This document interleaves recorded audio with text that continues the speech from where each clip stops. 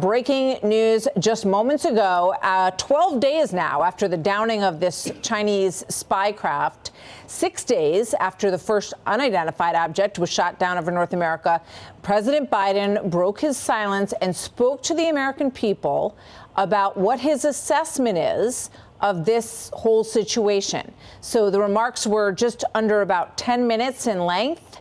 He paused for a moment. We're going to show you this in a moment. Kind of considered taking a question. There were a number of shouted questions in the room. Then decided, he said something about, you can come see me in my office or something like that, and then departed. So here's a bit of the new details about the objects that were shot down over Canada, Alaska, and Lake Huron.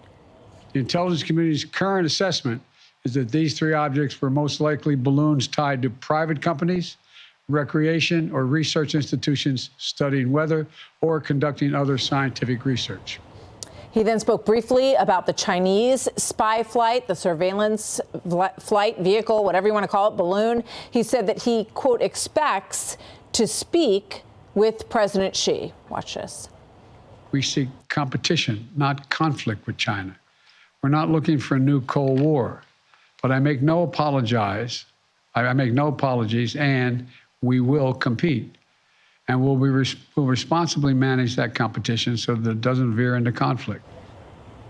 So that's something the president says a lot. He wants competition with China, not conflict. And he said he expects that he will speak with President Xi about this. So it has not happened as of yet, I think, is a logical takeaway from that. Let's bring in AEI scholar and Fox News contributor Marc Thiessen. Marc, good to have you with us today. The president has had a busy day. He had a physical. We're going to talk about that in a few moments with our great panel that we have with us today on set.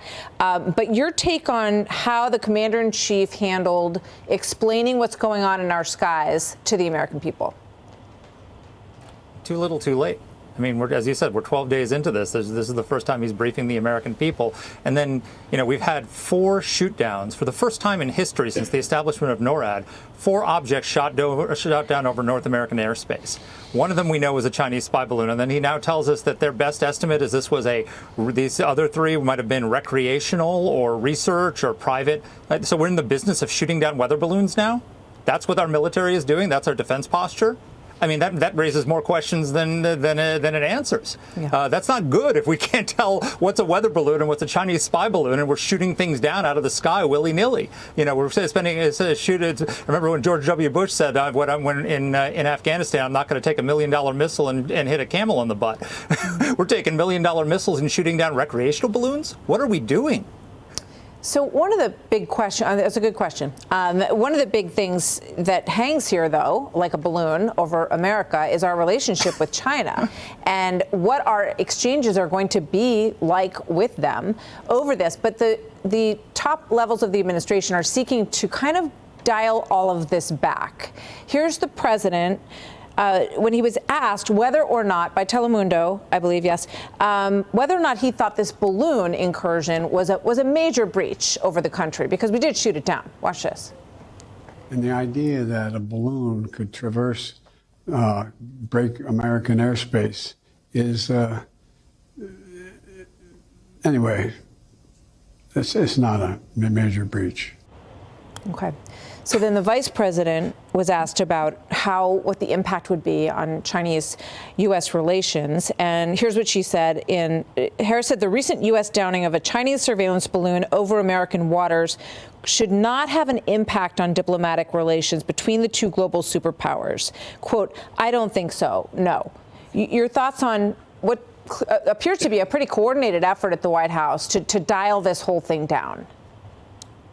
Well, first of all, he says it's not a big deal. It's a really big deal. So what if this balloon, rather than having spyware, was carrying weapons of mass destruction? Or an EMP weapon, an electromagnetic pulse weapon that could take out all of our electric grid and shut down our critical infrastructure. EMP weapons, the ideal way to deliver an EMP weapon would be with a high-altitude balloon.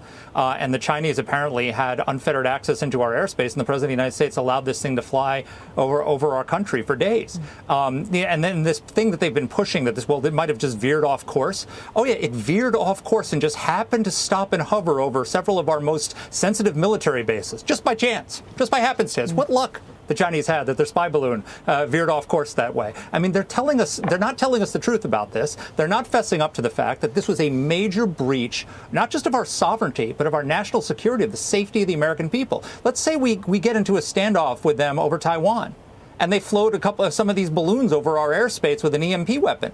And they say, OK, go ahead and defend Taiwan and see what happens. We're going to take out your entire power grid. We're going to shut America's electricity and your entire economy down. This is a very, very serious breach. It's a problem. NORAD didn't detect this. Either they did detect it and the president allowed it to happen, which is a problem, or they didn't detect it and haven't been detecting it for years, and the Chinese have been doing this for years and having balloons over our sky, and we didn't know about it. Either of these is not good, and he needs to be upfront with the American people, explain the failures, because it is a failure, and how he's going to fix it, and he didn't do that today. Well, the most recent reporting sounds like it was the former, that they knew about it when it left Tainan, and that it went over near Guam, not in our airspace, and then made its way up. Mark, thank you very much. Always good to have you with us. Hey, Sean Hannity here. Hey, click here to subscribe to Fox News YouTube page and catch our hottest interviews and most compelling analysis. You will not get it anywhere else.